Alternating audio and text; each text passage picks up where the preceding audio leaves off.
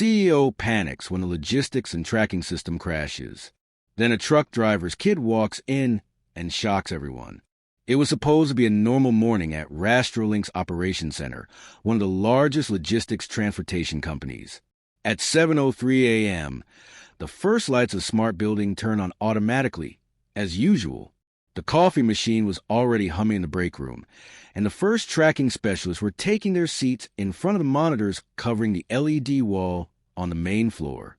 The screens displayed real-time maps with small green dots moving, each representing a truck in transit, a live shipment constantly updating.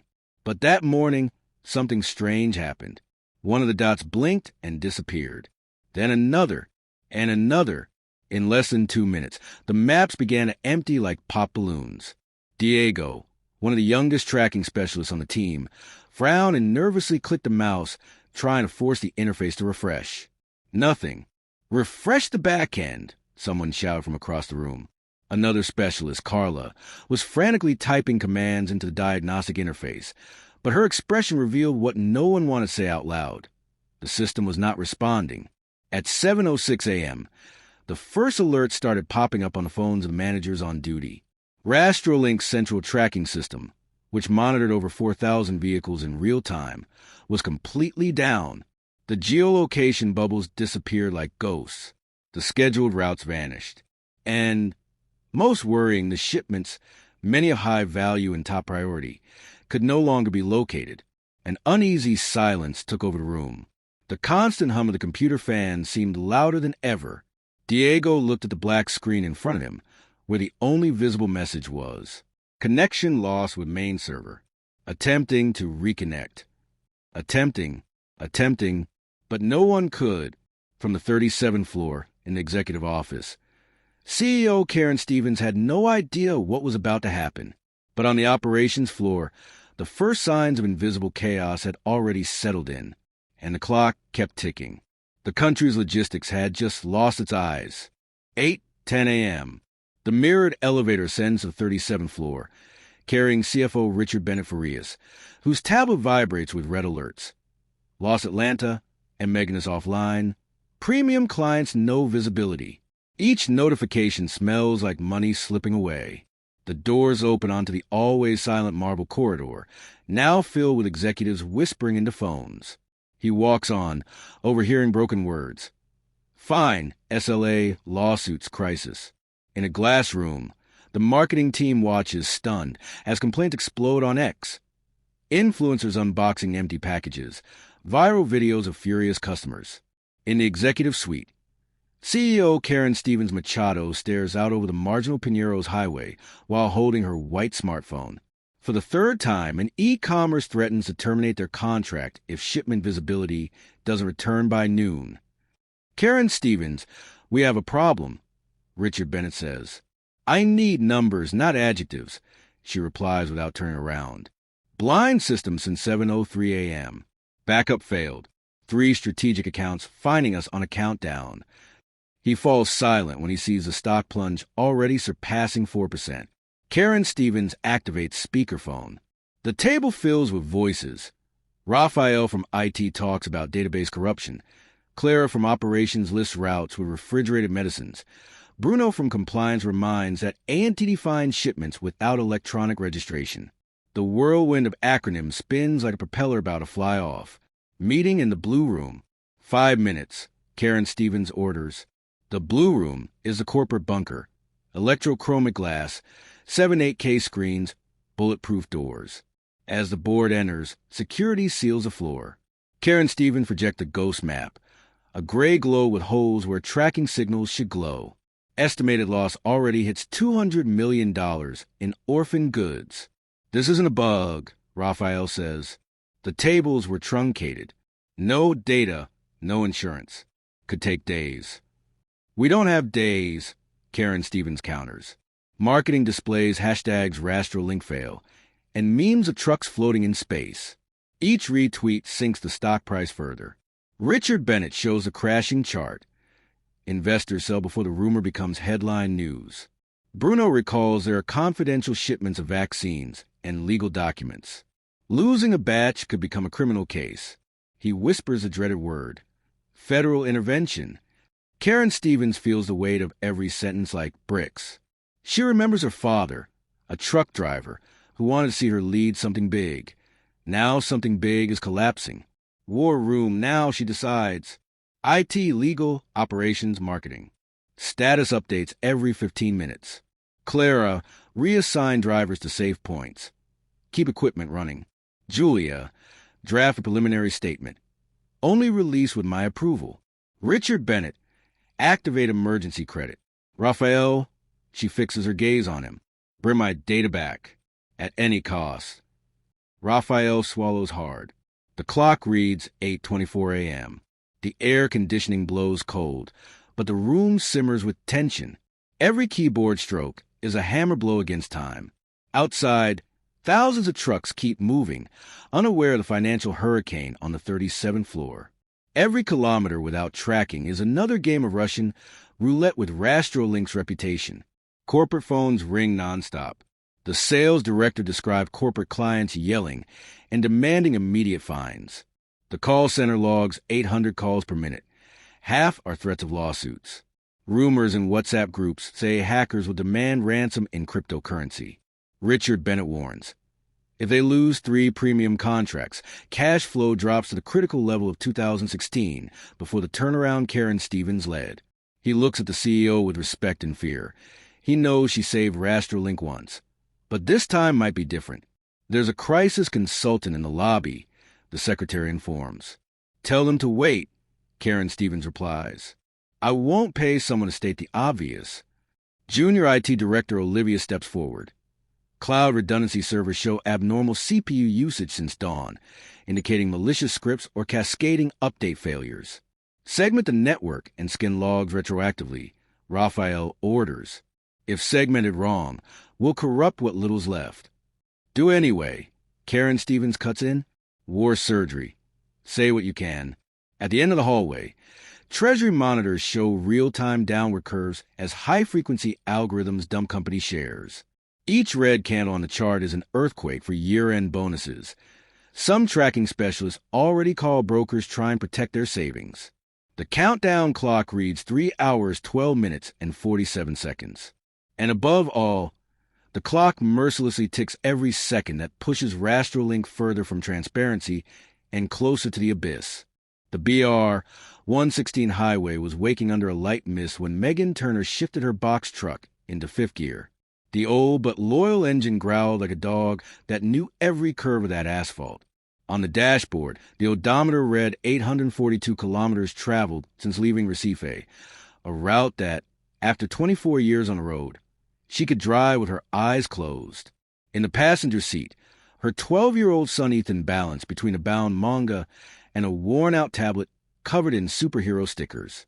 The glow of the screen pulled the boy out of his morning daze. He bit his lip every time he turned a page, immersed in epic battles that made up for the hours without Wi-Fi. For 3 days he'd been sleeping in the cab, on an improvised mattress, accompanying his mother during school break, an adventure that, in his eyes, beat any campout. At 7:32 a.m., the blaring horn of an inner-city bus passed them, pulling Megan out of thoughts about the delivery in Atlanta. She smiled at the rival's windshield sticker. God in command. She believed, too, but knew that on the road, it was better to trust the brakes. When the plateau stretched flattened out, Megan reached for the CB radio button, a habit she repeated every hour to report her position. She pressed the transmitter. RB 42 to Central. I've reached KM 225. All clear. I repeat, all clear. Silence. The static seemed to swallow the frequency waves. She tried again. Central. Confirm receipt. Nothing. She turned the dial. Changed channels. Test again. Still silence. Her heart sped up. A silent radio was a bad omen. Ethan looked up, noticing his mother's clenched jaw. Everything okay? They're just busy, kiddo. To mask her unease, Megan tried to update the tracking app on the dashboard tablet. The icon spun, then froze in a ghostly gray. The small font message was clear. Server unreachable. Attempting to reconnect. A chill ran down her spine. Rastrolink's protocol was strict. Each checkpoint had to be registered to preserve the chain of custody. Without updates, any delay could mean a fine, or worse, client suspicion of cargo tampering. And this was no ordinary cargo. Refrigerated oncology medications, plus certified auto parts for a factory in Piranha. Two sectors that didn't forgive mistakes. She pulled into an emergency lane, parking next to another trucker frying meat in a small portable pan. As she dialed the central number, she glanced at the colleague's digital signboard. Gleisen and Maria Aparecida, one route, one love. In GPS times, blinking names and LED lights brought a folkloric kind of comfort. On the third try, someone finally answered. Rastrolink Central, this is Jonas. How can I help? RB 42 out of sync. App frozen, radio silent. I need to log a checkpoint. A pause on the other end. Too long. Megan, we're having instability. Keep driving. Keep all systems on. Instability? Then give me a contingency protocol, Jonas. Leadership will issue instructions soon. Just proceed. The call dropped. Megan's stomach turned. This wasn't just a bug. She took a deep breath, swallowed her pride, and decided to rely on the mileage of her own wheels, something that had never failed her. Back on the road, Ethan swiped his finger across the entertainment tablet screen and said softly, Mom, the map still shows our blue sea. It shows because it's stored locally, not because it's uploading to the cloud, like drawing in the sand and hoping the wind doesn't erase it. The boy furrowed his brow, chewing on the metaphor, then asked, Is something serious going on? Megan hesitated. She had raised him alone ever since his father got involved in smuggling and vanished. She had always shielded the boy from the harshness of the freight world. But Ethan had grown, and hiding the real world made less and less sense. If we can't prove where we are, the company could take a hit. And if the company suffers, your mom suffers too. Ethan bit the corner of his manga. He had inherited her habit of mentally running scenarios.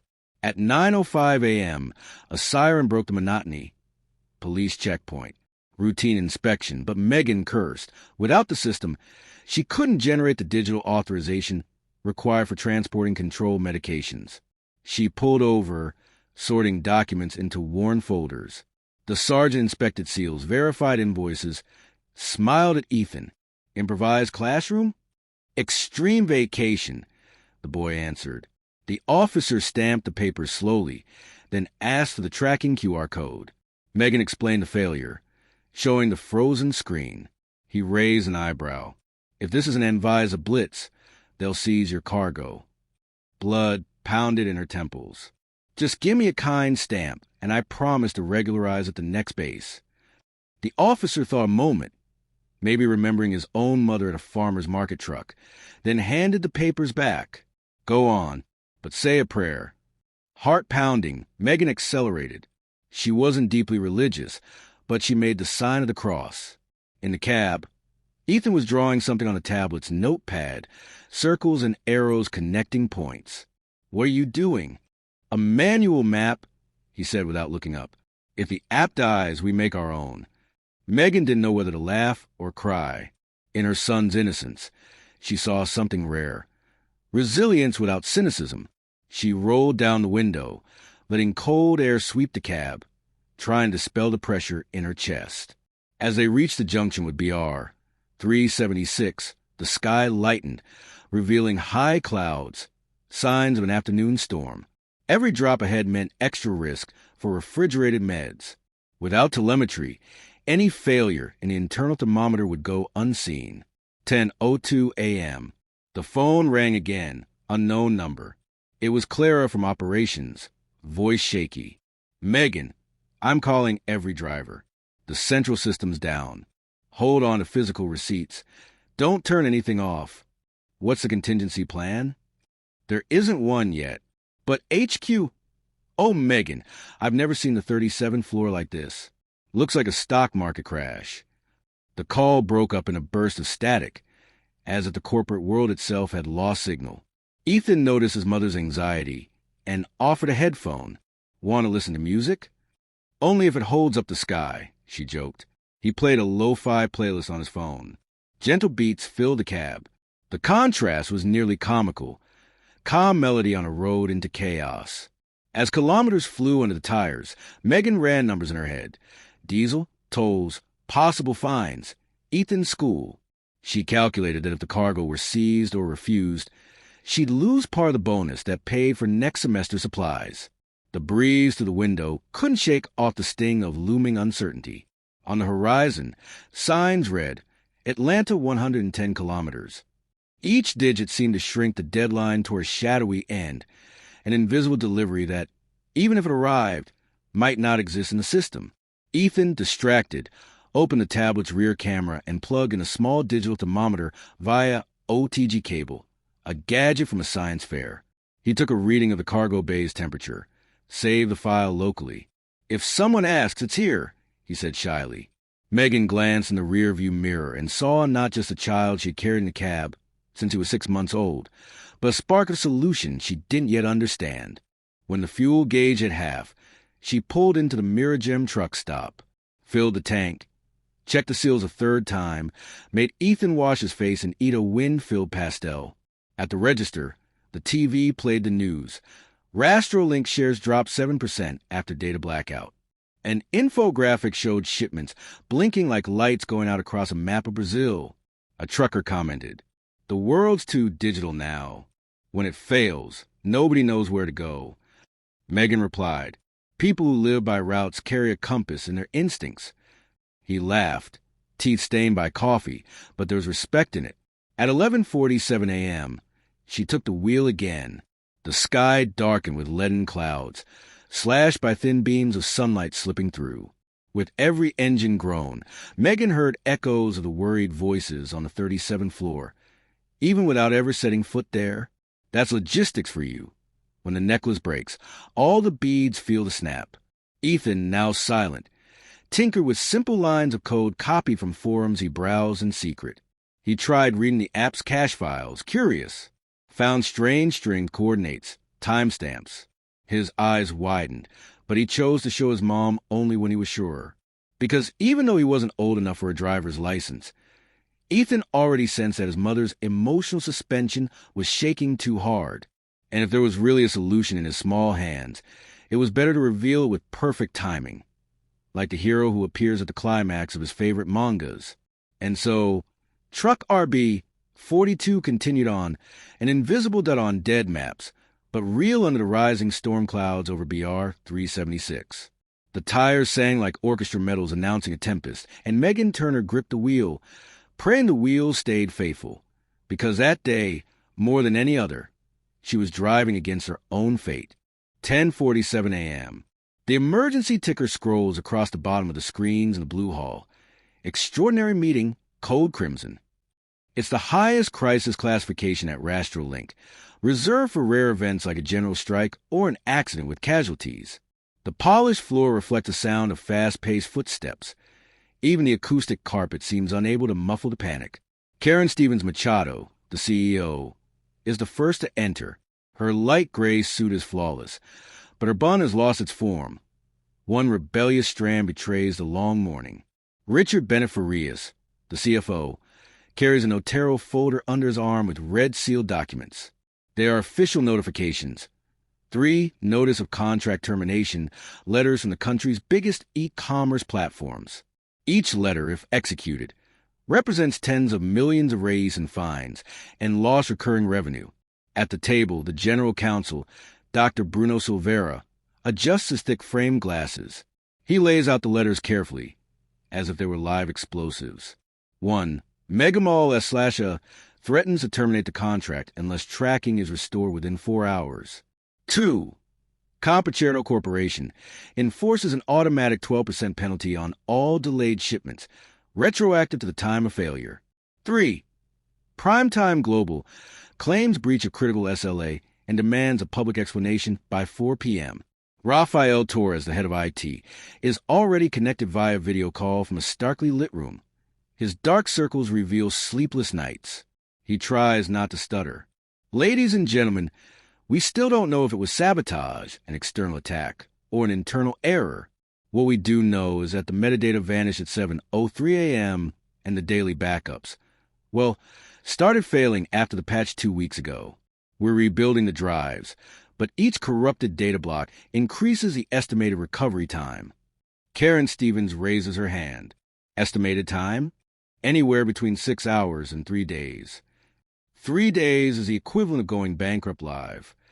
Marketing director Julia Vasconcelos projects the social media heat map. The red lines spike at an absurd angle, plus 520% in negative mentions over the last 90 minutes.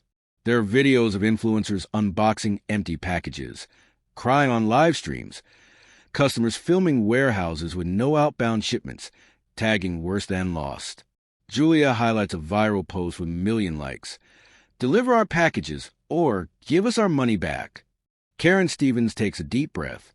She remembers her father, a truck driver, teaching her, you receive cargo with both hands, but you carry honor on your shoulders. Now, the company's honor is slipping through her fingers. Bruno turns his laptop to show a legal countdown timer. At 2:47 p.m., the legal deadline to respond to the first notice expires. After that, the fine is automatic. A projected estimate appears. $88 million just in the first wave. Richard Bennett interjects. We have revolving credit to cover up to $50 million without affecting cash flow. Beyond that, we'd have to sell part of the fleet or seek a bridge loan with predatory interest.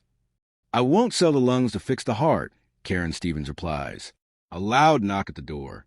It's the secretary, the crisis consultant, waiting since early morning. He's wearing a purple suit and a fluorescent tie, a peacock among crows. Karen Stevens, her voice cold, authorizes him to enter.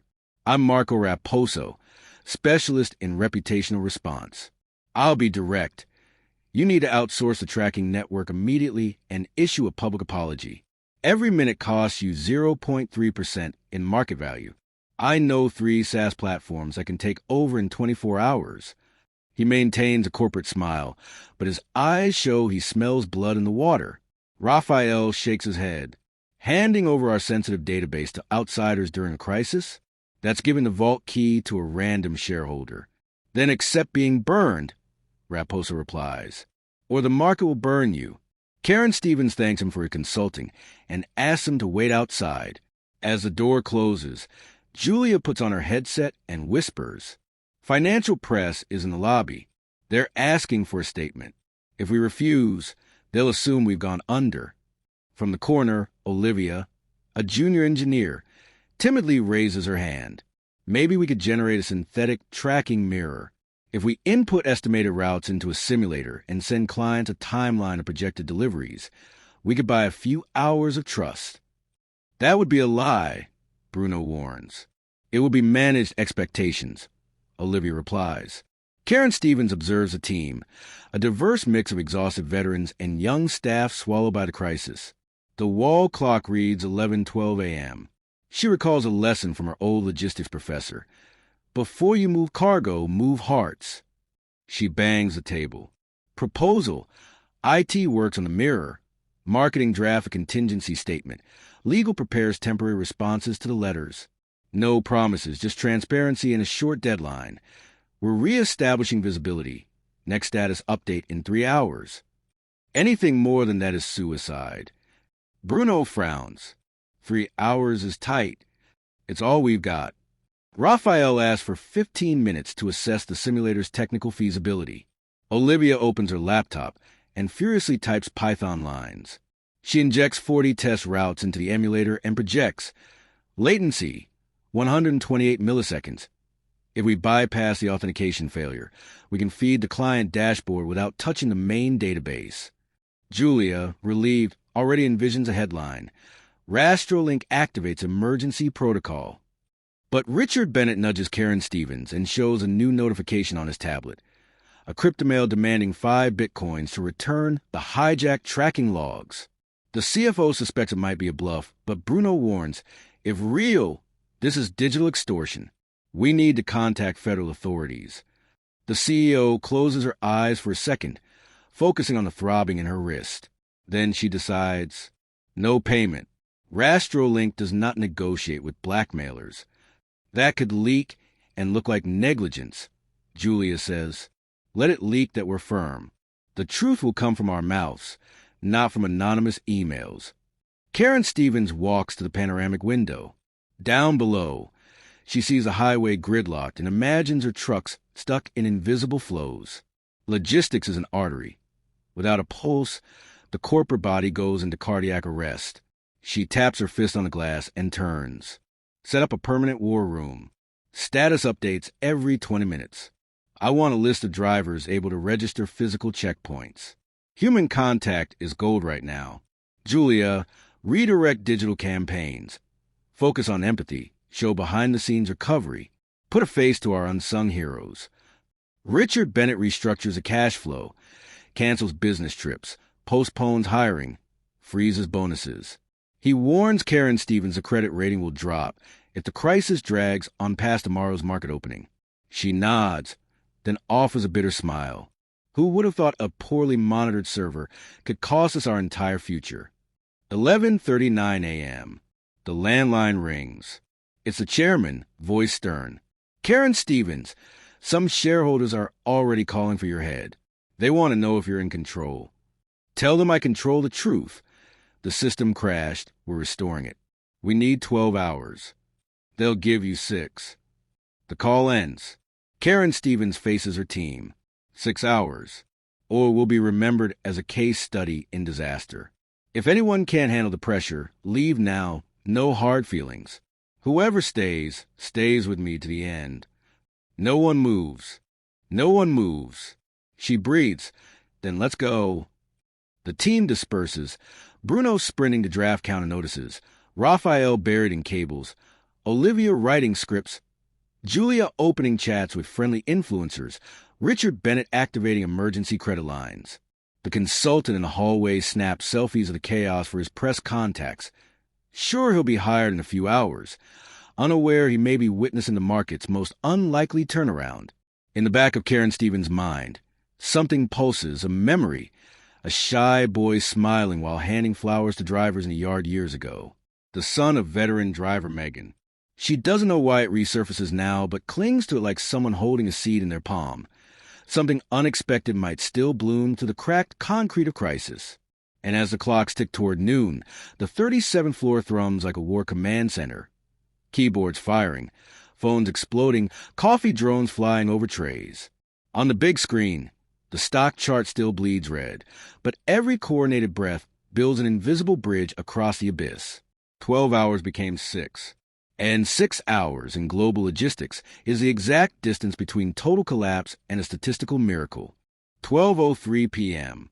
On sublevel 2 of the building, where Rastrolink's digital heart beats, the blue lights of the data center blink like artificial constellations. The cold air slices the skin, a constant 18 degrees Celsius to protect petabytes of information, now partly corrupted. Rafael Torres, the IT director, wears a coat over his wrinkled shirt and puts on anti-static gloves. In front of him, the incident response team is clustered around 3 server islands, each isolated with red tape. Node A production, Node B backups, and Node C forensics. Disconnect Node A from the external network.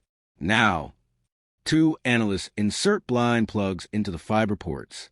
The LEDs that once blinked frenetically turn into a steady line of light, a heart entering an induced coma to prevent further bleeding. 12:07 p.m. Security engineer Murilo Zhang extracts the first NVMe drive for cloning. He places it in a secure cradle and launches a SHA-256 checksum. If even a single byte changes during analysis, the hash will flag it. Across the room, the SOC station displays a timeline of the early hours. At 3:17 a.m., an anomalous traffic spike exited to an IP address in Moldova. At 3:23 a.m., the corporate maintenance patch was automatically applied. At 7:03 a.m., the tracking database zeroed out. 3 events, possibly one cause. A first rumor emerges. Ransomware. Rafa holds a flash drive found in the rack. Inside, just a 20 kilobytes file named readme. He opens it in a secure VM. Instead of a ransom note, he finds gibberish, scramble characters, as if someone ran the text through a character grinder. Ciphertext or corruption garbage? Murillo asks. No one answers. 12:22 p.m. Via video call. Natalia Ferreira, a consultant from the database vendor, joins in. Her European accent reveals a Dublin headquarters. Her webcam shakes when she hears the report. Patch 14.9? We canceled it yesterday. Critical bugs. We warned via email. Raphael slams the table. That email never arrived. Natalia sends a screenshot of the newsletter with an urgent rollback alert. The message is clear. Rastrolink installed a faulty patch that could truncate tables under high concurrency. External attack or accidental self-sabotage. Both are deadly signals. 12:31 p.m. The fire door swings open. 2 federal police agents, Cybercrime Division, enter following legal's call. They request isolation of the backup tapes. Murillo hands over aggregated logs. One agent notices a 2-week gap with no valid snapshots. Did someone disable routines? He asks. Raphael swallows hard. The routines were active, except that, after the patch, they pointed to a non-existent directory. A ghost configuration. Command accepted, wrong path, no one noticed. As the bureaucracy unfolds, Raphael pulls engineer Olivia aside. She shows him preliminary results on her tablet. 67% of tables are empty, but indexes reference blocks that still exist. Pointers with no content. There's hope if they recover raw pages from the disk. But each sweep takes hours, and the board's countdown is in minutes. 12:55 p.m. A new theory arises, malicious insider. The root access that applied the patch came from a home VPN. Logs trace back to an employee on vacation in Spain. Investigation reveals the MFA token was used at 2 a.m. Madrid time. Phone cloning or shared password? Torres feels a chill. If it's internal sabotage, the friendly federal agents become ruthless enforcers. 1:08 p.m. The team begins digital spectroscopy, searching for strings that might indicate an encryption key or hacker group signature. They find RLM restart, repeated and deleted headers, an internal maintenance script tag, strong evidence that there was no criminal encryption. The disaster is 100% internal. Still, the media is already speculating a mega hack. An intern suggests a desperate solution. Mount a mirror in the secondary node's RAM, replicate uncorrupted data packets, and run the system in read-only mode. It would at least show an approximate position for 30% of the shipments. Raphael embraces the idea like a castaway clinging to driftwood. 1:21 p.m. Metallic sounds echo. Disk spinning. An emergency extraction. Nitrogen generators trigger alerts due to condensation from so many open racks. The facility's manager complains about electrical shock risk, but no one listens. Bits are bleeding more than fingers. Murillo points to a Splunk chart. CPU spikes at edge routers cease the moment the patch finished installing. 0 exfiltration after that. To him, proof that the failure was internal with no data theft. Raphael looks at him. Then we have a chance to bring it all back from limbo, block by block. 1:34 p.m. Olivia reports that 12% of blocks had good checksums, enough to reconstruct the index structure. If they generate stubs for lost lines and mark them as unknown, at least the front end will display something. Partial transparency to clients. They decide to compile a Frankenstein hotfix with intact parts and placeholders. 1:55 p.m. Federal agents demand copies of all disks for custody, but Raphael negotiates. They must first extract live data. The clones can come later. The agents agree. Criminal liability increases if more disappears than what's already lost.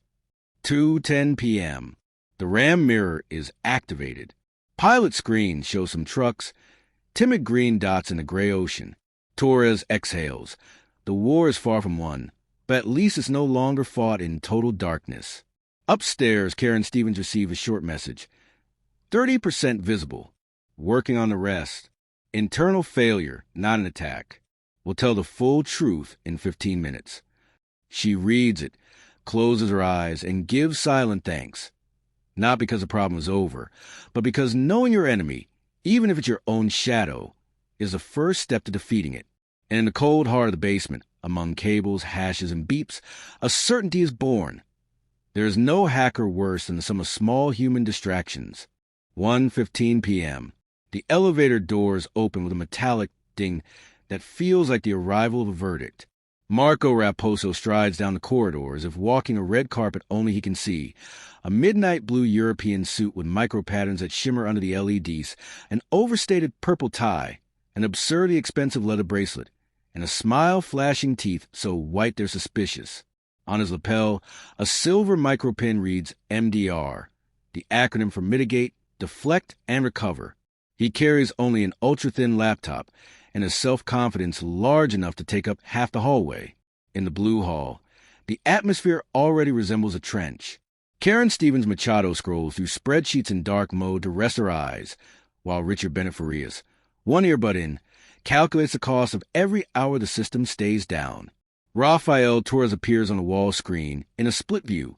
On the left, him in the data center, hair clinging from static. On the right, a cascade of commands flashing green and red. Julia Vasconcelos arranges ring lights and microphones for the upcoming press briefing. Olivia sits at the far end, typing scripts, invisible to corporate eyes trained only to see titles. Karen signals for Raposo to take a seat. He prefers to stand, projecting slides onto the screen with 3 taps on his smartwatch. 1. Step 1. Total shutdown. Shut down the main data center immediately. Every minute online under failure expands reputational damage. 2. Step 2. Third-party takeover. Hire a global SaaS tracking platform. Plug and play in 24 hours, 97 country coverage. 3. Step 3. Public apology. Go live now. Accept full blame, promise client compensation, and announce a renowned international partner taking over operations. He turns, smiles sideways, arms wide like a magician revealing a rabbit. 3 steps. Simple. Fast. No fruitless heroics. The silence that follows seems to drain the oxygen from the room. Bruno Silvera lifts the termination clauses. These contracts forbid third-party data transfer without prior consent. If we outsource, we breach confidentiality. Triple penalty. Raposo clicks his tongue, the sound of a disappointed teacher. Better a fine than bankruptcy, counselor. Richard Bennett projects numbers onto his tablet.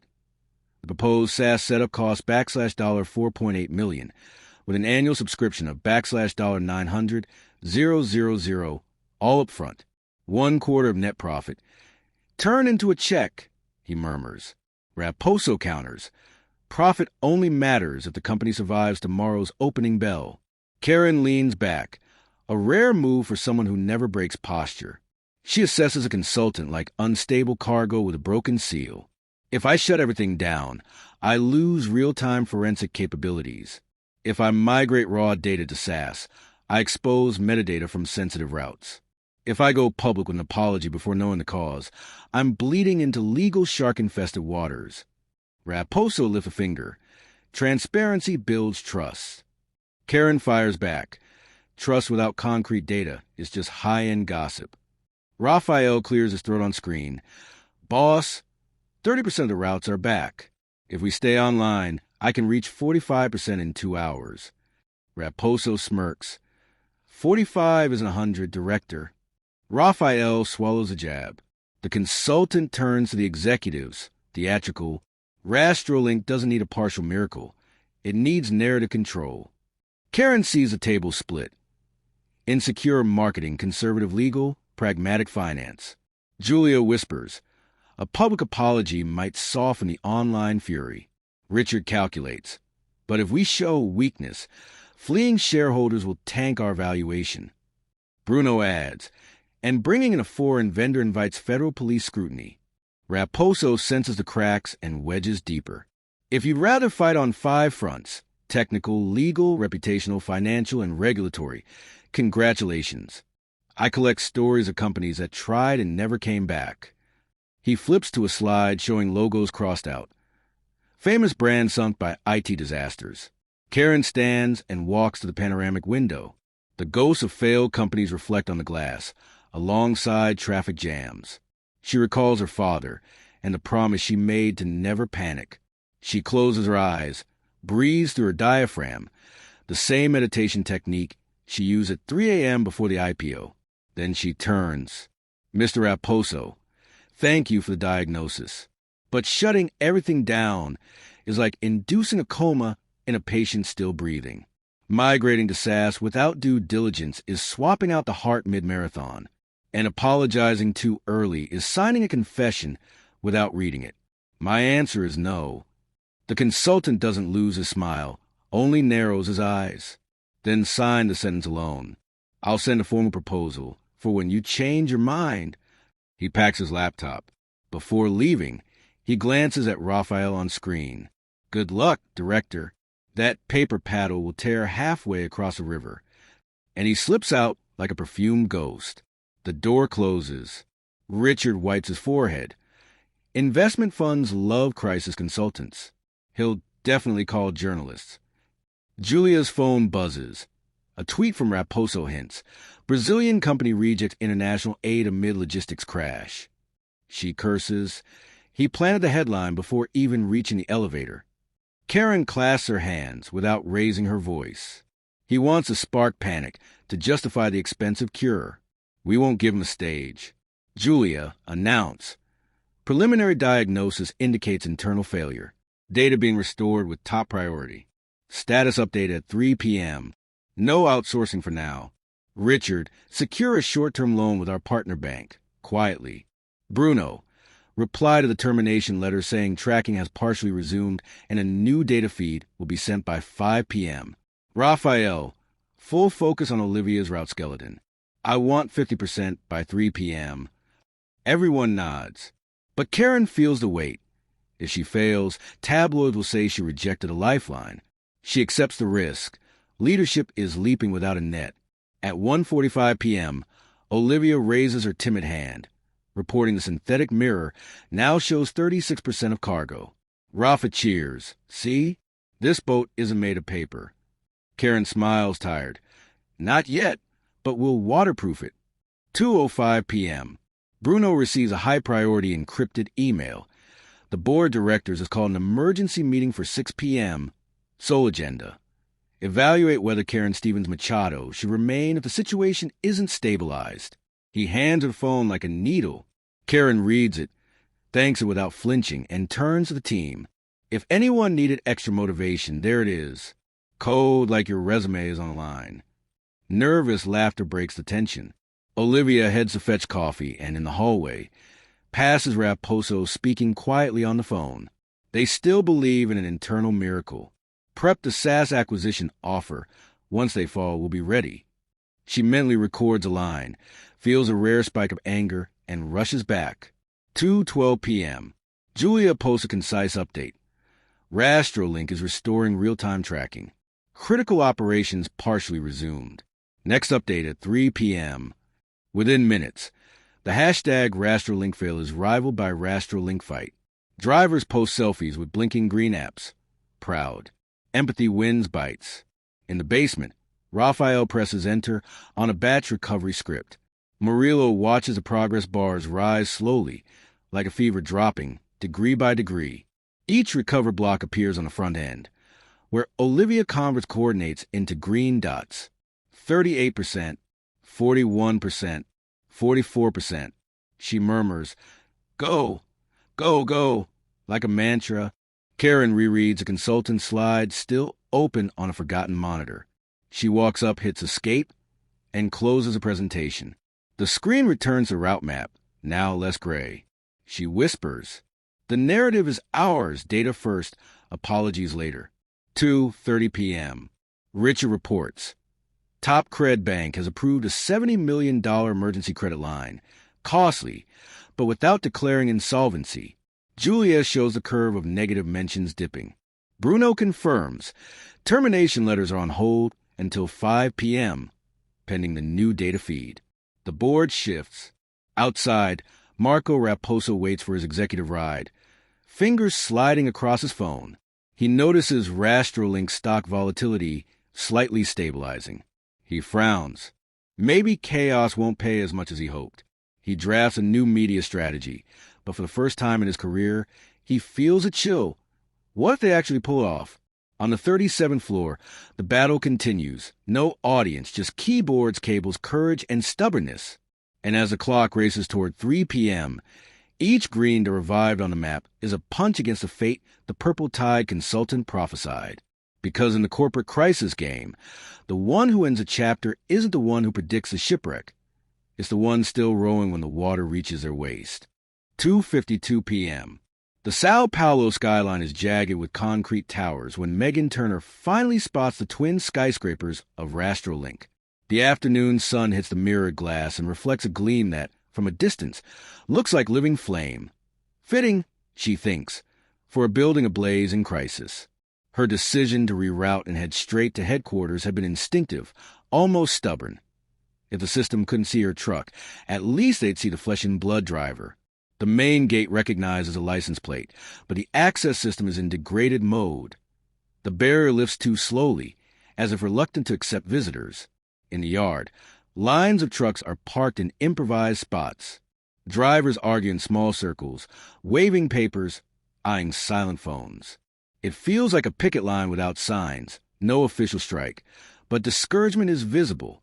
Ethan tightens the strap of his superhero backpack and gets out first, eyes wide at the tide of people.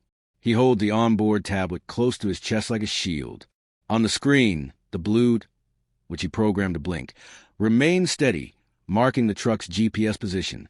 To the boy, that is proof that truth exists, even if the corporate world chooses to ignore it. Megan clutches the cargo documents, invoices, printed thermograph, and visa seals. Each paper seems to gain extra weight as she steps onto the hot asphalt. She fears an inspector might appear out of nowhere and block the truck. Worse still, that no one shows up at all and the whole trip is in vain. Through the reception intercom, a uniformed guard asks the reason for the unscheduled visit. Megan nearly laughs. Schedule, today sounds like fiction. She explains the failure, shows documents, mentions having spoken to Jonas at the control center.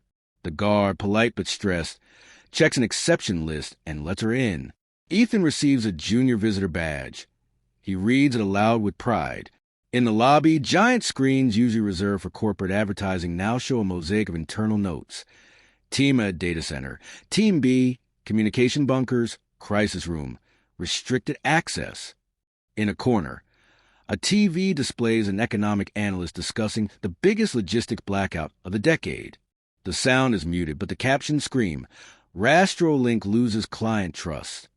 Ethan points at the LED panel, showing only 43% of the fleet tracked. Mom, the numbers are going up. They're fixing it. Megan strokes his hair. She doesn't want to crush his hope, but she knows 43% is still a disaster. An operations manager bursts from behind the desk, hair spiked with stress. He recognizes Megan. Seasoned drivers have a reputation inside the company. Ms. Ribeiro, what are you doing here? The system is still... I brought the truck and the data you say you lost. She pushes the tablet with the screen lit. The manager's eyes widen at the intact list of local checkpoints, each entry showing latitude, longitude, time, and trailer temperature. Is this offline cache? Call it whatever you want. Can it help you find your trail or not? The man stammers, excuses himself, and rushes down a hallway. Curious, Ethan wanders the lobby, looking at abstract art hanging from the walls. To him, they resemble damaged circuits, maybe an omen. When he returns to his mother's side, 2 IT staffers arrive, one of them Olivia. She recognizes a tablet. It's an older version, but with firmware that never received a faulty patch. Olivia connects a USB-C cable from the tablet to her laptop. A terminal script detects hundreds of JSON lines.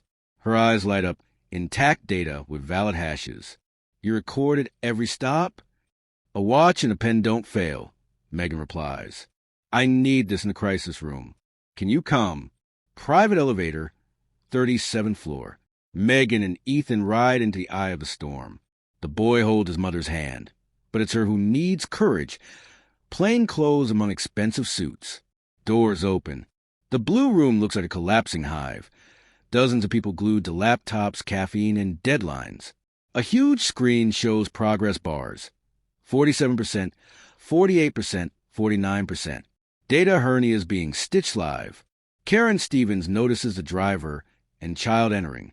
She knows they were authorized, but finds the sight of the truck cab invading the glass tower unusual. Even so, she approaches. Good afternoon?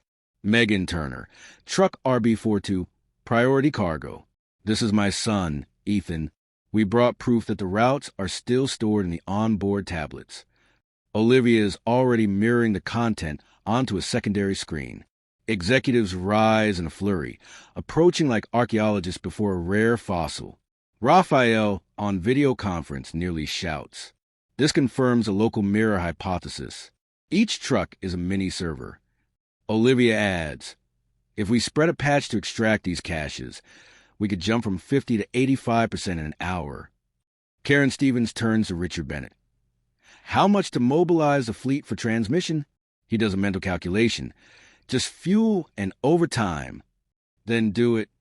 As they work, Ethan nudges Olivia. If each tablet runs script X copying the app files to external memory, it's faster. She blinks in surprise. The boy explains he already sketched the code in Notepad. Olivia paces into the terminal. Within minutes, the script converts JSON into CSV, optimized for bulk ingestion, into the RAM-replicated database. Progress bars shoot up, 54%, 61%, 68%. Executives applaud, a mix of relief and disbelief. Megan watches from the side. She's never cared for graphs, but she feels those green bars now chart her own livelihood. Karen Stevens rewards them with direct gratitude.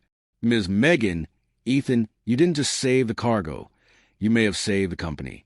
Anything you need today, we'll provide. Megan adjusts her driver's cap. All I want is to finish the delivery, ma'am. Those medications can't sit still.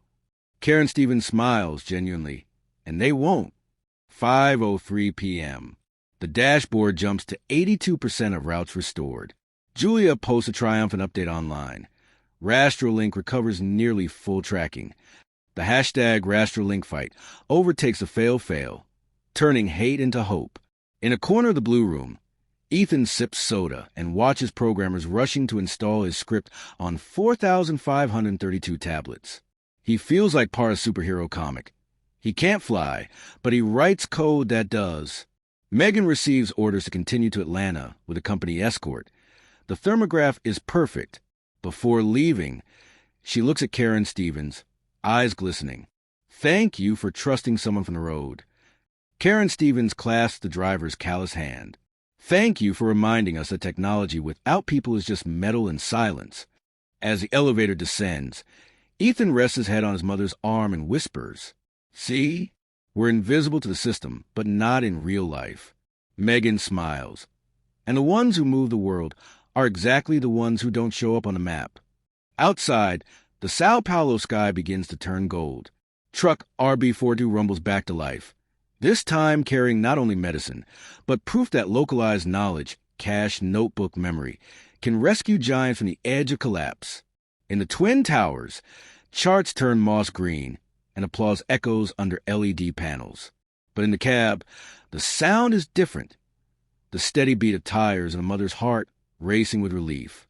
Route redefined, destination remade, hope reactivated, like a blute that insists on blinking, reminding us that even offline, life keeps recording a trail for those who know how to read it.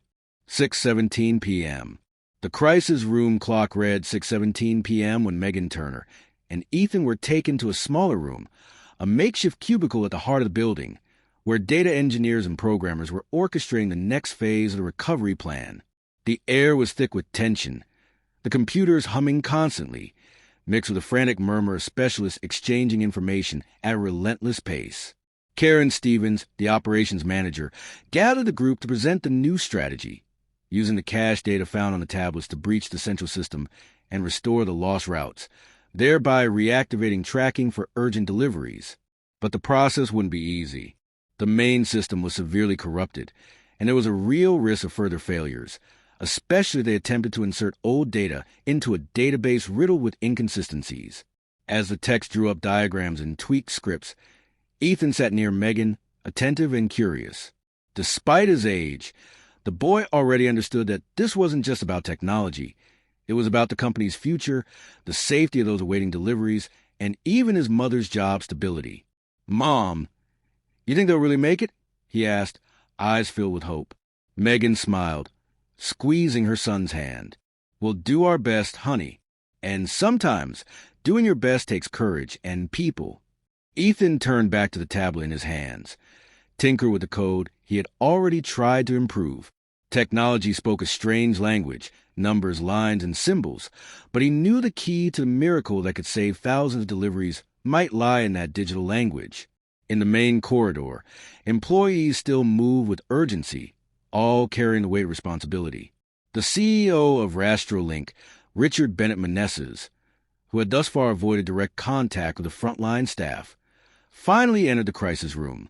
His grim, exhausted expression made it clear the crisis had moved beyond operations and now threatened the company's reputation and very survival. "Ladies and gentlemen, we need a definitive solution. Contract cancellations are being threatened daily, and our biggest clients are furious." Ethan and Megan brought a light into this darkness, but we must make sure that light doesn't go out. Richard Bennett looked at Megan, a mix of respect and gratitude in his eyes. She nodded silently, feeling the weight of that expectation. Olivia, the software engineer who had identified the cache in the tablets, explained the next steps. "We need to synchronize the local data with the central database. That means a reconciliation process, identifying what's in the cache and missing from the main system, then inserting it incrementally to avoid system overload." She pointed to the monitor, where lines of code scrolled in real time. The system was showing failures, authentication errors, and automatic lockout attempts, as if it were resisting the recovery. A digital war had begun. Suddenly, a message flashed on the terminal. "Database connection failed. Intrusion attempt detected." The text faces tensed. Someone might be trying to protect the system, or worse, sabotaging recovery. Time became the enemy. The team doubled down, adjusting firewalls and security protocols, trying to keep the connection alive. Amid the tension, Ethan raised his hand and asked, "What if it blocks again? Can't we use an alternate path?" Olivia thought fast. "Maybe we can use a parallel network, but that would mean activating direct communication between the tablets, like a decentralized mesh. It could speed up the transfer, but it's risky." Richard Bennett made the call. "Do it. We have to try everything. The risk of failure is lower than the risk of losing our contracts." Within minutes, the system began activating tablet-to-tablet communication, creating a temporary local network to transmit data faster. Megan and Ethan watched, amazed, as the progress bars began to rise rapidly. But the system was still hostile. Errors continued flashing across screens, and the team began to sweat. A complete crash could mean hours of delay, or even permanent data loss. That's when Ethan made an observation. "You're using a standard protocol to send the data, but if we switch to a more compact format, it'll go faster and with fewer errors." Olivia smiled, impressed by the boy's insight, and began adjusting the algorithm. Soon, the system's efficiency improved dramatically. "That's it. You two are amazing," Karen Stevens exclaimed, visibly relieved. 7:48 p.m. The lost route data began to reappear in the main system, a stunning stream of numbers and information returning to life. Hundreds of thousands of data packets were recovered, and urgent shipment tracking was restored. Still, not everything was solved. There was a long road ahead to ensure the data wouldn't be lost again, and to reinforce the system's defenses against future failures. Megan and Ethan were invited to stay for the remainder of the operation, becoming central figures in that historic night. As night fell over Chicago at Rastrolink's headquarters, the glow of monitors reflected in tired but determined eyes, those who refused to give up, because in the end, it was they who held in their hands the fate of thousands of people. It was nearly 9 p.m. when Megan and Ethan were finally allowed a quick break. Yet the tension inside Rastrolink's headquarters seemed to have soaked into the walls, the tired faces, and the stale air thick with cold coffee and worry. In the crisis room, the lights remained on, terminals flashed relentlessly with code and reports, and the hum of tech experts resembled the constant buzzing of a beehive on high alert. Karen Stevens, the operations manager, paced nervously between workstations, reviewing the data reappearing on the newly recovered system. She stopped in front of the terminal, showing fleet information for vehicles currently in transit. We've managed to restore tracking for 92% of the vehicles. That's a huge step forward, but the remaining 8% are still a critical issue, she said, furrowing her brow. The issue with that remaining 8% wasn't minor. They included the most sensitive cargo, medications, hospital equipment, essential electronic components for partner industries. The uncertainty surrounding the whereabouts of those trucks weighed heavily on the company's leadership, every lost minute adding pressure. Richard Bennett Menezes, CEO of Rastrolink, entered the crisis room accompanied by two representatives from the company's largest clients. His stern expression and stiff posture contrasted sharply with the fury and impatience on the faces of the executives beside him. If this data isn't fully restored by tomorrow, we will seriously consider terminating our contract. We can't risk our supply chain because of your company's failures, one of the representatives declared, his voice laced with contempt. Karen Stevens felt a chill. The threat was real, and the financial and reputational damage such a loss could cause might be irreversible. Megan took a deep breath, feeling the gaze of those men fall on her. She, who had always been on the front lines, knew that what was unfolding in that room wasn't just a numbers game. It was about the future of hundreds of lives and her own livelihood. Ethan, silently observing everything, squeezed his mother's hand tightly. He sensed this was the moment to prove their efforts had not been in vain. "Gentlemen, I understand your frustration," Megan began, her voice steady. "But this isn't just a simple failure. It's a challenge that hit the entire system, and we're recovering every missing piece." Richard Bennett continued, "We have to make sure this never happens again. We'll need a robust contingency plan to ensure no cargo ever disappears in the future." Olivia, who had remained silent until then, stood up and suggested, "We could implement a hybrid system where data from the onboard tablets continuously syncs with both local and remote servers. That way, even if the central system fails, there will be redundancy." The team agreed, though they knew this would require investment and time, two resources Rastrolink couldn't afford to waste at that moment. Meanwhile, outside in the yard, drivers waited for updates. Many had received calls from worried family members. Others feared reprimands. The mood was heavy, and the feeling that the storm wasn't yet over hung in the air. Megan received a call from the regional manager. "Ms. Megan, dissatisfied clients are demanding answers. Social media is blowing up, and complaints about late deliveries are mounting."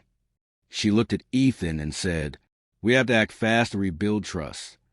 The response came through a joint effort between communications and logistics teams. A series of transparent messages would be sent to customers, explaining what had happened, the measures taken, and estimated timelines for service restoration. That night, Megan returned to truck RB 42 to prepare for the next stage of the mission.